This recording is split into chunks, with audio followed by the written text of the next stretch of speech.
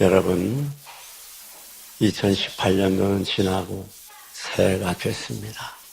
새해 첫 시간에 여러분과 여러분의 가정의 생업에, 여러분의 생활 속에 하나님께서 주시는 놀라운 은혜와 축복이 지금 이 시간부터 금년 1년 동안 함께 하시기를 주님의 이름으로 먼저 축원합니다. 인간의 삶은 한마디로 말하면 절망이라고 할 수밖에 없습니다. 인간에게는 희망이 없습니다. 아무리 인간이 희망을 찾아 달려간다 할지라도 그것을 도달해 보면 그것은 역시 절망이라는 것을 빨리 발견하게 됩니다. 왜 그런가 하면 인간은 죄성을 가지고 있기 때문입니다. 인간 문명은 발전하면 발전할수록 그것의 절망에 짙은 어둠이 드리게 되어 있습니다. 왜 그런가 하면 인간의 문명은 바로 죄의 문명이기 때문입니다. 그렇기 때문에 인간 문명이 발전할수록 전에 없던, 전에 모르는 죄들이 너무나 많이 발견되어지곤 하는 것입니다. 여러분, 이 죄가 있는 것은 절망뿐입니다. 희망이 없습니다. 그러나 오늘 우리들이 하나님께 나올 때, 하나님을 만나게 될 때, 하나님을 의지하고 믿음으로 살아가게 될 때 그것에는 바로 희망이 있게 되는 것입니다. 인간의 삶에 있어서 희망이라고 하는 것은 절대 불가결한, 꼭 필요한 것이 바로 희망이라고 할 수밖에 없는 것입니다. 절망은 인간을 패하게 하고 망하게 하고 인간을 고통과 죽음의 암흑 속으로 몰고 가는 것입니다. 그러나 절망은 몇 가지 특징이 있습니다. 희망은 몇 가지 특징이 있습니다. 희망이 있는 사람은 언제나 새로운 용기를 가지고 살아가게 돼요. 왜 그런가 하면 희망이기 때문에 아무리 힘이 들어도 넘어져도 다시 일어나고 앞을 향하여 전진할 수 있는 그 용기와 힘이 바로 희망을 통해서 생기기 때문입니다. 우리가 희망을 가져야 될 이유는 무엇인가 하면 하나님이 우리에게 요구하는 간절한 요구의 소원입니다. 예레미야서를 보면 내가 너희를 향한 생각은 바로 재앙이 아니라 희망이라고 말하고 있습니다. 하나님이 여러분에게 원하는 것은 우리 모두 다 하나님을 믿는 하나님의 자녀들이기 때문에 희망을 가지고 행복하게 살아가기를 원하는 것입니다. 그렇기 때문에 오늘 우리가 새해를 시작하면서 이 한 해는 희망을 가지고 출발하시기를 주님의 이름으로 축원합니다. 뿐만 아닙니다. 이 희망은 우리를 행복하게 해주는 가장 기본적인 요소가 되는 것입니다. 보통 생각하게 되면 재물을 많이 모으면 그것에 행복이 있는 것 같아도 여러분 100만 원이 있으면 100만 원, 1000만 원이 있으면 1000만 원 근심이 더하다는 말처럼 이 세상 것은 그것이 물질이 됐든 명예가 됐든 쾌락이 됐든 무엇이 됐든지 간에 소유하면 소유할수록 그것이 많아지면 많아질수록 우리에게 불행을 가져오게 되어 있고 그 결국은 절망의 구렁텅이에 빠질 수밖에 없게 되는 것입니다. 이 세상 것으로는 희망을 가질 수 없습니다. 오늘 우리가 하나님을 믿는 하나님의 자녀이기 때문에 우리에게 희망을 가지게 되면 이 희망은 우리에게 참 행복한 삶을 살게 해주는 것입니다. 여러분, 서로 결혼 날짜를 잡은 두 남녀가, 두 청춘이 희망 속에 살아가게 됩니다. 왜 그런가 하면 서로 결혼할 아름다운 삶을 생각하면서 그것을 꿈꾸면서 나가기 때문에 그들의 마음속에는 늘 기쁨이 있고 희망차게 되는 것입니다. 사랑하는 여러분뿐만 아니라 이 희망이라고 하는 것은 우리의 영육을 아울러 건강하게 하는 거예요. 희망은 우리의 심장을 뛰게 하고 우리의 혈관과 맥박에 새로운 힘을 주는 것입니다. 활성화시키는 거예요. 희망은 우리의 마음에 말할 수 없는 기쁨과 감사를 가져오게 하는 것입니다. 그렇기 때문에 희망은 우리의 영과 육을 강건하게 하는 게 바로 희망입니다. 희망은 절대 포기하지 않게 합니다. 현실이 아무리 어렵고 힘이 들어도 그러나 자기의 목표를 향해서 계속 나가게 하는 거예요. 그 희망이 힘입니다. 그 희망이 주는 은혜입니다. 결코 포기하지 않습니다. 왜 포기하는가 하면 희망이 없기 때문에 그렇습니다. 오늘 많은 사람들이, 특별히 청년들이 이 취직 문제로 고민을 많이 하고 있는 고통의 시대를 맞이하고 있습니다. 그래서 아직 취직을 아무나 하려도 되지 않으니까 취직을 포기한 청년들이 29만이라고 하는 통계를 며칠 전에 본 적이 있어요. 희망이 없습니다. 여러분, 절망뿐입니다. 암흑뿐입니다. 어두움뿐입니다. 앞을 바라볼 수가 없어요. 그러나 여러분 분명히 기억해야 됩니다. 하나님 믿는 하나님의 자녀들은 반드시 희망을 가져야 되는 이유는 이 희망은 우리로 하여금 어떤 경우에도 포기하지 않기 때문에 그렇습니다. 희망은 우리를 다시 일어나게 합니다. 우리로 하여금 새에 힘을 주게 되고 젊은 독수리처럼 날개를 치며 올라가게 하는 그런 능력인 것입니다. 그 희망은 우리를 깨끗하게 합니다. 그래서 희망이 필요한 거예요. 여러분, 많은 사람들이 죄 가운데 빠지게 되고 어둠의 그늘에 사는 가장 큰 이유 중에 하나는 바로 이 땅에 희망이 없기 때문에 그렇습니다.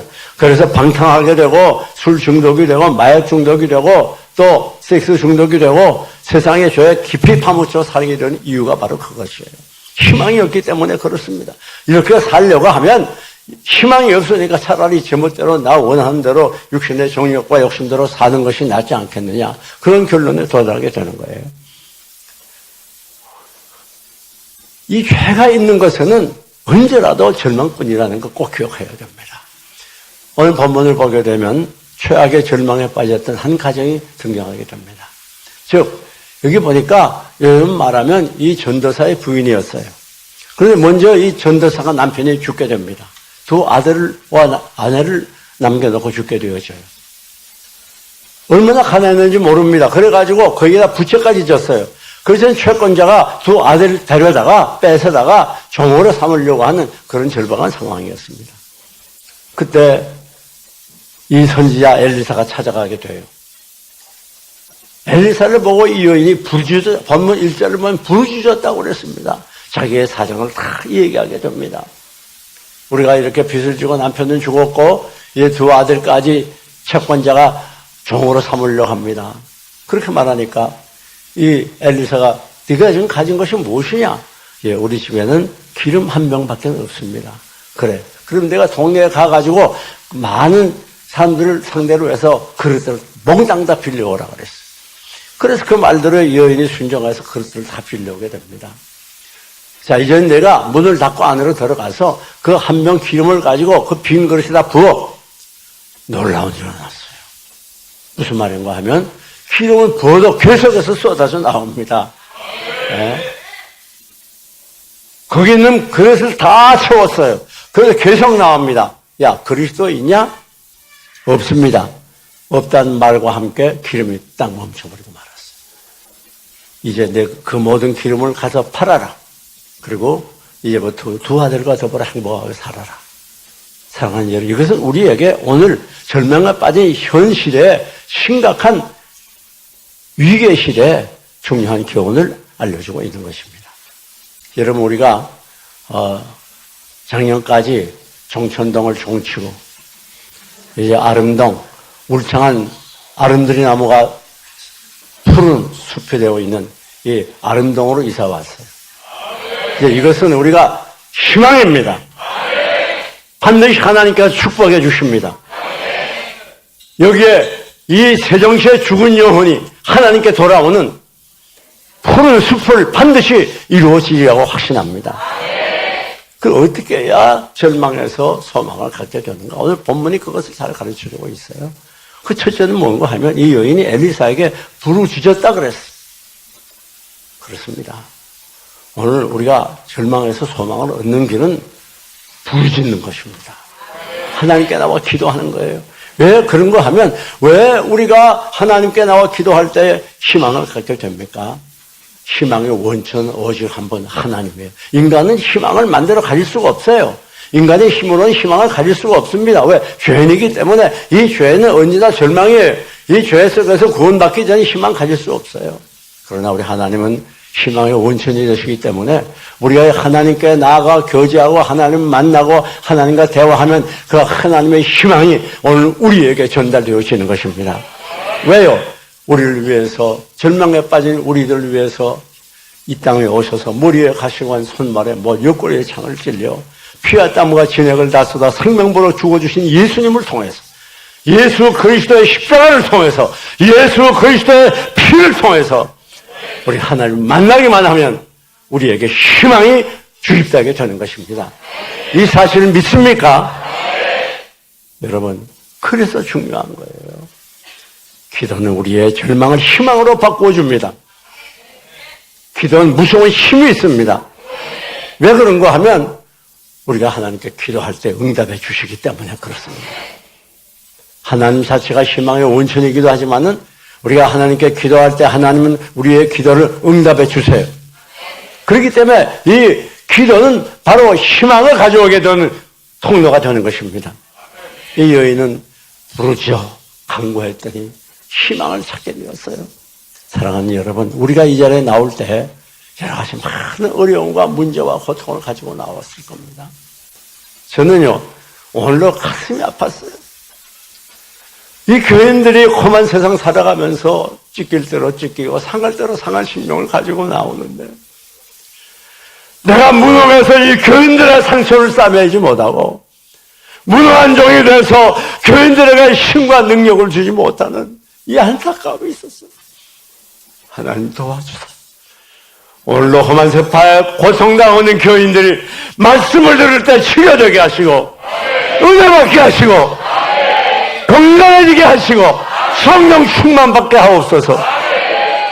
기도하지 않을 수 없었어요. 사랑하는 여러분, 오늘 희망을 잃어버린 시대가 됐어요. 절망에 울고 고통하는 시대가 됐어요. 어떻게 우리가 이런 절망의 상황에서 희망을 찾고 새 힘을 얻어 새해를 힘있게 전진할 수 있습니까?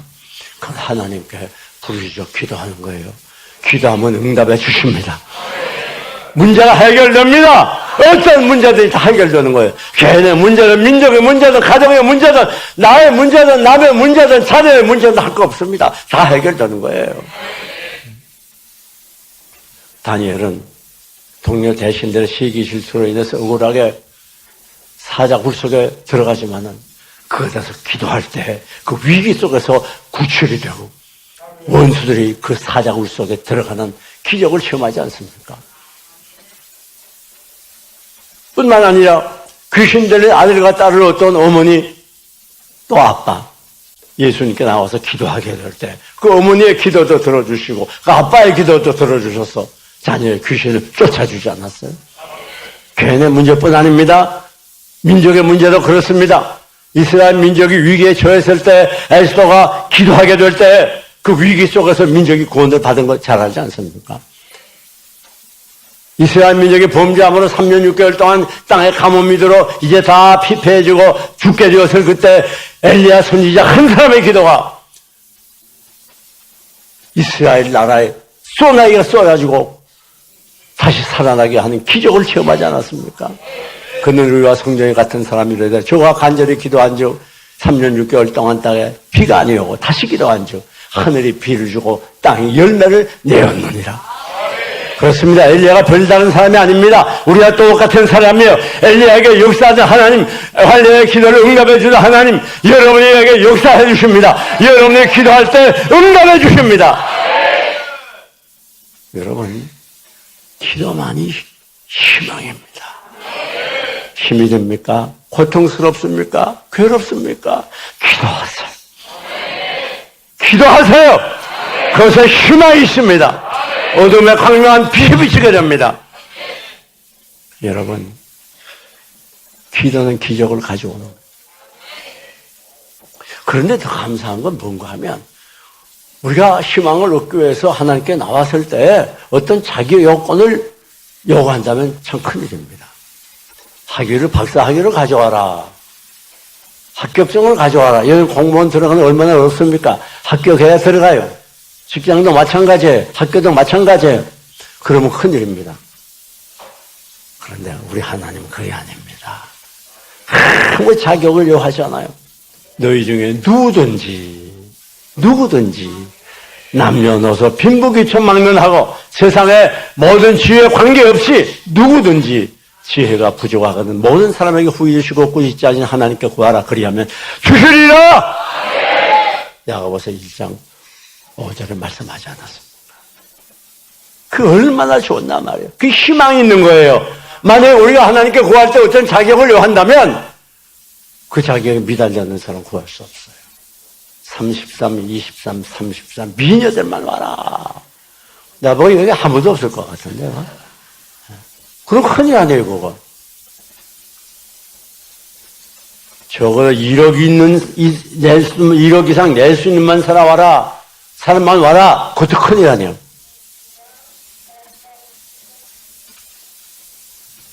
여러분, 우리 하나님은 자기 여건을 말하잖아요. 누구든지. 할렐루야! 누구든지 기도하면 희망을 얻습니다. 네? 하나님 사람 차별하지 않아요. 구분하지 않아요.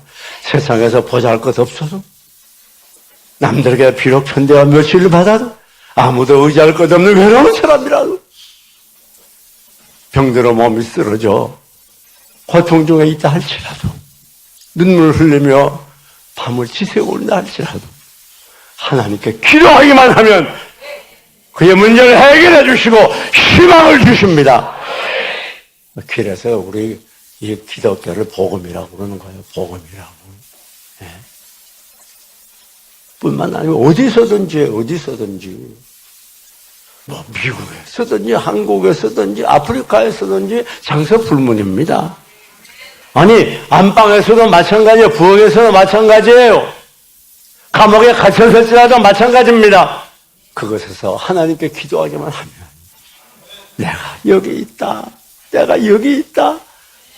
우리의 기도를 응답해 주시고 문제를 해결해 주시고 혼란에서 건져 주시고 우리에게 새로운 희망을 주시는 것이에요. 사랑하는 여러분, 기도는 무서운 힘입니다. 기도는 우리가 기도할 때 하나님의 능력이 우리에게 임하는 거예요. 하나님의 능력이 임하는 거예요. 그래서 도전하는 사단의 공격도 승리하고 세상의 죄악도 승리하고 나 자신도 승리하는 승리의 삶을 살아갈 수가 있습니다. 기도처럼 무서운 게 없어요. 기도하면 됩니다. 안 된다고 낙심하지 말아요. 기도하면 됩니다. 절망하지 말아요. 기도하면 희망을 주십니다. 여러분, 기도하면 말이죠. 하나님이 나와 함께하는 걸 체험하게 됩니다. 부부간에, 이웃간에 주고받고 그래야 돼요. 내 배우자의 생일에 꼭 선물하는 분 손들어봐요. 선물하는 분. 여러분 부부 생활은 뻔해요. 아니 내가 제일 사랑하는 사람 귀 빠진 날 선물도 안 하는 그 부부관계 어떻겠어요? 왜 이 말씀을 드리는가 하면 사랑이라는 건 서로 주고받을 때 사랑이 생기는 거예요. 거저 되는 게 아니에요. 사랑은 만드는 거예요. 하나님과도 마찬가지입니다. 우리가 하나님께 기도드리고 또 응답받고 기도드리고 응답받고 그럴 때에 하나님을 사랑하게 되고 하나님이 어떤 분인지 알게 되고 하나님의 사랑을 체험하게 되는 거예요. 기도하지도 않고 응답도 받지 않으니 하나님이 어떤 분인지 알 수가 없어요. 하나님의 사랑을 알 수가 없어요. 기도하고 응답받을 때마다 야 하나님이 정말 살아계신 분이구나. 하나님이 능력의 하나님이구나. 하나님이 나를 사랑하는구나. 그걸 알 수 있는 거예요. 네? 기도 안 하니까 아무것도 몰라요. 왜 기도 안 합니까? 나는 하나님의 도우심이 필요 없다고 하는 교만이에요. 우리 기독교는 신앙생활은 기도로 결판을 내는 겁니다. 안 됩니까? 기도하면 됩니다. 1시간 기도해서 안 돼요? 몇 시간? 말 잘 못하지요. 1시간 기도해서 안 돼요? 몇 시간? 2시간 기도해서 안 돼요? 몇 시간? 3시간 기도해서 안 돼요? 몇 시간? 대답만 하지 말고 안 되면 기도로 끝장내는 거예요. 기도로. 죽을 까고 기도하는 거예요. 생명 걸고 기도하는 거예요. 반드시 응답을 받습니다. 하나님은 살아계신 하나님이에요. 네. 왜 낙심합니까? 왜 좌절합니까? 왜 죽고 싶은 마음이 들어갑니까? 하나님께 나오세요. 하나님이 여러분을 사랑합니다. 하나님이 여러분의 기도를 듣기를 원합니다.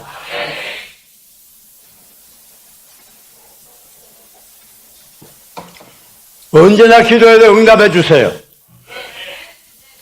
밤늦게 기도하면 다 짜증내잖아요. 우리 하나님은 언제나 기도해도 우리의 기도는 딱 들어오죠. 희망이 있는 거예요. 네. 얼마나 감사합니다. 기도할 때 희망이 있습니다. 다음 두 번째 오늘 본문 보면 순종할 때 희망이 있어요. 자, 여러분, 얼마나 무서운 일이에요? 가서 그릇을 다 빌려와! 세상에. 아니, 그래서 뭐 어떻게 하려고 그럽니까? 물을만 하여, 안 해요? 여러분 같으면 물어요, 안 물어요? 답답하잖아요. 아니, 그릇은 빌려서 뭐 합니까? 아무 말 하지 않아요. 이의를 제기하지 않아요. 순종의 특징은 뭔가 하면 이의를 제기하지 않아요. 무조건적이에요. 이게 순종의 특징이에요. 만약에 이의를 제기했어요. 그래, 그건 빌려와서 뭐 합니까? 빌려오면 네가 만약 그 기름을 가지고 그릇에 부으면 기름이 계속 거기 가득가득 찰 거야. 그럼 믿겠어요? 안 믿겠어요? 엘리사 선지자가 이렇게 됐구만. 안 믿죠. 뭐 이의를 제기하는 거예요. 순종의 특징은 뭔가 하면 이의를 제기하지 않는 게 순종이에요. 이의를 제기하는 건 순종이 아니에요. 아브라함 보세요. 왜 갑자기 하나님이 말씀하면 너 내 아비와 번처와 집을 떠나서 내가 네게 지시한 땅으로 가. 그 말이 안 되죠. 지금 선조 대대로 잘 살고 있는데 하나님 왜 가랍니까? 도대체 가서 뭐 먹고 살랍니까? 어디로 가랍니까? 뭘 알아야 될 거 아니에요. 예? 여기서 미국이나 다른 나라로 이민 가게 되면 이미 그 나라에 집 다 구해놓고 그러고 가잖아요. 건너가는 법이 없어. 그리고 딱 비행장에 내리면 아는 사람 친척이 와서 딱 차 태워 가잖아요. 아무것도 없잖아요. 그런데 아브라함은 한마디 묻지 않았어요. 무조건 네. 이게 신앙이에요. 이게 신앙. 이게 순종이에요. 그랬더니 놀라운 기적이 나타났잖아요. 병을 그릇에 붓고 또 붓고 붓고 또 붓고 붓고 또 붓고 붓고 또 붓고 아멘도 센서가 있어 하는 거예요. 큰 기름병을 그릇에 붓고 또 붓고 붓고 또 붓고 붓고 그런데 그냥 기름을 확 쳐버리는 거예요. 기적은 언제 일어나요? 순종할 때 일어나요. 여러분, 우리가 성경을 창세부터 요한계시록까지 보면요, 두 가지로 쫙 갈립니다. 이게 복잡하게 볼 거 없어요. 성경은요, 중심을 꿰뚫러 보면 두 가지입니다. 하나는 순종하면 복이고 불순종하면 저주예요. 간단합니다. 그래가지고 아담 하와가 왜 에덴 동산에 축출당했습니까? 불순종했어요. 그 아담 하와의 불순종이 오늘 그 후손이 우리들에게까지 미쳐서 힘들게 살아가지 않습니까? 그런데 우리 예수 그리스도께서 제2의 아담 되신 주님께서 이 땅에 오셔서 우리를 대신해 죽어주심으로 우리가 구원받게 되고 희망을 갖게 되지 않았습니까? 우리가 희망의 사람이 되었어요. 근데 어떻게 해요? 어떻게? 예수님이 순종했다. 빌립보 2장 보니까 순종했어요. 그래서 하늘영과의 보좌를 버리고 이 땅에 왔어요. 저가 인간의 몸을 입으시고 인간의 모양으로 나타나시고 죽기까지 복종하셨으니 곧 십자가에 죽으십니다. 예수 그리스도의 순종입니다. 예수님이 순종하지 않았다면 오늘 우리에게 어떻게 희망이 있겠어요? 순종은 이와 같이 온 인류를 영원히 희망을 주고 영원한 희망을 주고 영생을 가져다 주는 기적을 일으켰던 거예요. 순종은 이렇게 무서운 위력이 있고 기적을 가져오는 겁니다. 여러분, 우리가 성경을 보면 모든 기적은 다 순종에서 일어났어요. 그렇지 않습니까? 여리고성이 어떻게 무너졌어요? 순종이죠. 말이 안 되죠. 아니, 전쟁을 하든지 무기를 만들든지 아니 무조건 빙빙 돌라? 이게 무슨 만화도 아니고 어린애 장난도 아니고 큰 말 하잖아요. 무조건 돌 때 여리고성이 무너진 줄 믿습니다. 그렇잖아요. 순종이 기적을 가져오는 거예요. 나만 장군, 우리나라에도 소원관이 많은데 여기서 여성관에서 목욕을 해? 그럴 땐 병이 낫지 않았어요. 그러나 순종해서 여당가의 몸을, 문둥병 들린 몸을 7번 담글 때 병이 다 나지 않았습니다. 여러분, 기적은 어디서 나타나는? 순종에서. 우리는요, 보통 순종하면 굉장히 거부감을 느껴요. 특별히 현대인들은 이 민주주의를 선호하지 않은 민주주의 뭔가 하면 이것은 하나님께 하는 반역주의입니다. 국민을 위한 국민의 주의, 다시 말하면 머리부터 발끝까지 인본주의예요, 인본주의. 우리 하나님은 신본주의입니다. 그러다 보니까 말씀에 순종하는 거 좋아하잖아요. 순종이란 단어 자체를 거부해요.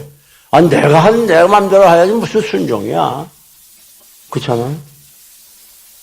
사랑하는 여러분, 그런데 희한합니다. 이게 바보 같은 서세철학이고 어리석은 사람이 하는 것 같은데 성경을 보면 모든 기적은 순종을 선택한다. 어떻게 됐습니까? 아브라함이 그렇게 하나님의 말씀을 따라 아무 조건 없이 바보처럼 순종하며 갔더니 가나안에서 거부가 되고 많은 이방인들에게 존경을 받고 당신은 하나님의 사람이야.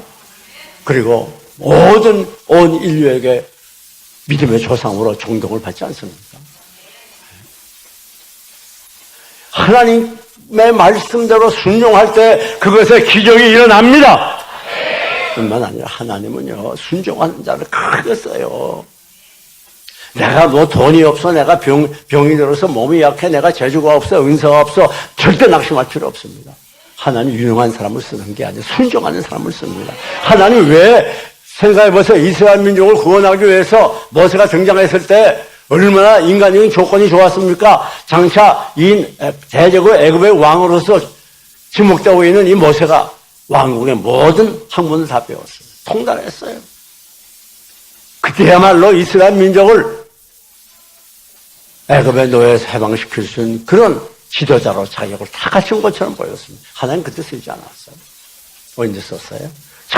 광야에 가가지고 외롭게 목동으로서 양을 치면서 만나는 사람 없이 그 풀 있는 데마다 계속해서 옮겨가서 텐트를 쳐야 되고 또 무너뜨려 가서 또 텐트를 쳐야 되고 고독하고 괴로운 밤잠을 잘 못 자는 그런 힘든 생활을 거쳤어요. 몇 년? 40년. 모세가 뭐라고 말했죠? 나는 말할 줄 모릅니다. 아니, 이 애굽 왕국의 왕자면 웅변수는 기본적으로 배우는 거예요. 말을 해야 국민을 다스리잖아요. 그런데 40년 동안 모세의 웅변술도, 모세의 학력도, 모세의 성격도, 모세의 재능도, 모세의 교만도 다 죽었어요. 다 깨졌어요. 그럴 때 하나님이 순종할 수 있는 자세가 되었을 때 그걸 쓴 거예요. 여러분이 종종 앞으로 위대한 삶, 큰 인물로 큰 그로서 살아가려면 딱 한 가지. 무조건 순종하는 겁니다. 이 일을 하면 안 됩니다. 무조건 이해했습니다. 여러분, 베드로 보세요. 정말 형편없는 그 당시에 사람들이 가장 멸시천대했던 전한 신분 어부였어요.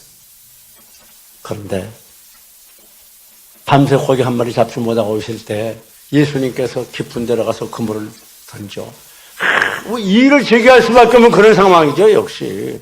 예수님은 어부가 아니잖아요. 베드로는 그 갈릴리 해변가에서 평생을 어부로 뼈가 굵은 사람이에요. 그 목수가 와가지고, 야, 깊은 데로 그물을 던져. 말이 돼, 안 돼? 사람을 놀리나? 순종은 뭐 하는 거예요? 토를 날자, 일을 제기하잖아요. 무조건 깊은 데로 가서 그물, 무엇에 의해 따라합시다. 말씀에 의지하여 그물을 내렸더니 2배 가득 차게 잡게 되었고, 결국 어떻게 했어요? 내가 사람을 낚는 어부가 되라. 대사도 베드로가 되지 않았습니까? 내가 어떤 위치에 있는가? 내가 가진 스펙이 무엇이냐? 내 선조가 어떤 사람인지 관계없어요. 믿음으로 순종하면 하나님이 크게 쓰시는 거예요. 하나님은 순종하는 자를 써. 왜? 순종 안 하는 사람은 하나님의 뜻을 할 수가 없죠. 제 고집대로 자꾸 하니까. 네? 제 성격대로 하니까. 그래서 고린도전서 1장 31절에 유명한 말이 있지 않습니까? 하나님 미련한 자를 택하사 지혜로운 자를 부끄럽게 하시고, 약한 자를 택하사 강한 자를 부끄럽게 하시고, 천한 자, 멸시받는 자, 없는 자를 택하사 있는 자를 부끄럽게 한다 그랬어요. 사랑하는 여러분, 오늘 기독교 2000년 역사에 아주 보잘것 없는 가난하고 재주도 없고 배우지도 못한 무식한 사람들이지만 하나님께 순종해서 위대한 일을 한 사람들이 얼마든지 있습니다. 여러분, 그러니까 희망이 있는 거예요. 순종에. 왜 또 순종에 희망이 있는가 하면 순종하게 되면 하나님의 인도를 받아요.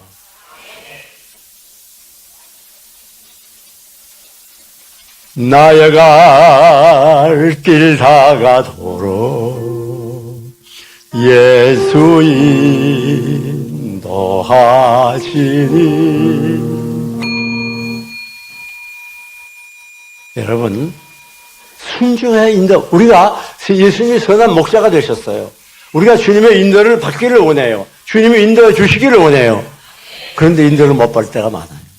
만약에 목자가 앞으로 가면서 양들 쭉 인도하는데 양 한 마리가 이거 안 되겠어. 이게 뭐 계속 목자만 쫓아다니니까 답답하고 저 넓은 세상 마음대로 다니고 싶어 그래가지고 이탈해가지고 마음대로 다녀봐요. 그럼 목자 인도 받을 수 있어요? 없어요?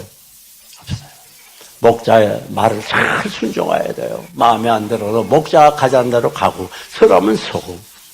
그러면 그 양은 목자가 완전히 책임져 주는 거예요. 마찬가지입니다. 오늘 여러분이 정녕 주님의 인도를 따르기를 원하면 어떻게 해야 돼요? 말씀대로 순종해야 돼요. 말씀을 순종하는 것이 주님을 따라가는 것입니다. 말씀을 순종하는 것이 주님의 인도를 따르는 것이에요. 이거 꼭 기억해야 돼요. 여러분, 순종하지 않으면 고난이 많아요. 왜 우리가 신앙생활에서 문제가 많고 짜증나고 일이 안 되고 죽고 싶고 절망에 빠질 때가 많은 줄 압니까? 순종하지 않고 내 뜻대로 살기 때문에 그래요. 아니, 아브라함이 하나님께서 아들 이삭을 주겠다고 그랬으면 기다려야 되는데 기다리지 아니하고 인간의 수단과 방법을 사용해서 족과 더불어, 사라의 족과 더불어 짝을 해가지고 아이를 낳지 않습니까? 그 다음부터 그 가정에 많은 문제가 생기잖아요. 내가 하나님 말씀대로 순종하지 아니하고 내 생각대로 내가 원하는 대로 살게 되면 그 다음부터 문제가 자꾸 생기는 거예요. 그러나 비록 힘이 들고 당장 안 이루어지는 것 같고 그래도 말씀대로 순종하고 참으면 그것에 기적이 일어나게 돼요. 하나님의 인도를 받게 되는 거예요. 사랑하는 여러분, 우리 신앙생활은 장난이 아닙니다. 신앙생활은 무조건 순종하는 거예요. 되든지 안 되든지 순종하는 겁니다. 성공하든지 실패하든지 순종하는 겁니다. 손해를 봐도 순종하는 거예요. 거기에 기 있고 빛이 있고 생명이 있는 거지. 이제 말씀을 정리합니다. 사랑하는 여러분, 새해를 맞습니다. 새해는 고통받으며 괴로워하는 절망의 한 해가 아니라 새로운 힘으로 가지고 앞으로 향해 전진하는 희망의 한 해가 되시기를 주님의 이름으로 축원합니다. 어떻게 해요? 하나님께 때를 따라 간절히 부르짖어 기도하는 기도를 통해서입니다. 어떻게 해요? 하나님께 나와 말씀대로 토하지 아니하고 무조건적으로 순종하는 거예요. 그럴 때 여러분은 희망의 사람이 되고 여러분의 가는 길은 하나님의 인도를 따르며 놀라운 축복의 한 해가 되리라고 확실히 믿습니다.